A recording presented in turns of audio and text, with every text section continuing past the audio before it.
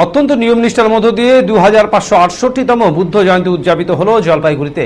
বৃহস্পতিবার শহরে ভানুনগর রেসকোর্স পাড়া দেছেন শৈলিং গুম্ফায় এদিন বুদ্ধ জয়ন্তী উপলক্ষে বর্ণাঢ্য শোভাযাত্রার আয়োজন করা হয়। পাশাপাশি গুম্ফায় সারাদিনব্যাপী বিভিন্ন অনুষ্ঠানের আয়োজন করা হয়েছে উদ্যোক্তাদের পক্ষ থেকে।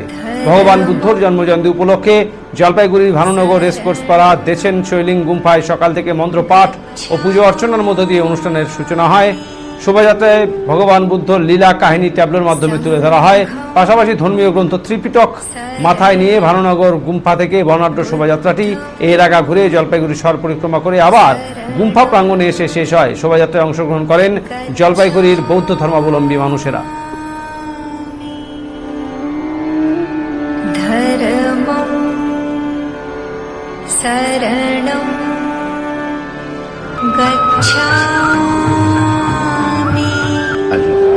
আজকে আমাদের ভগবান বুদ্ধের 2568তম জন্ম জয়ন্তীতে আমরা বিশেষ পূজা অর্চনার একটা আয়োজন করেছিলাম। 3 দিন ধরে আমাদের এখানে পূজা হলো। আজকে যেহেতু বুদ্ধ জয়ন্তীর আজকে জন্ম জয়ন্তী, সেই জন্য আমরা ধার্মিক পথ শোভাযাত্রা আমরা বের করলাম। আমরা গুম্ফা পরিসর থেকে দিনবাজার হয়ে থানা মোড় হয়ে আবার আমাদের গুম্ফা পরিসরে আমরা সমাপ্ত করলাম। दिन रात अहिंसा में रत रहता है।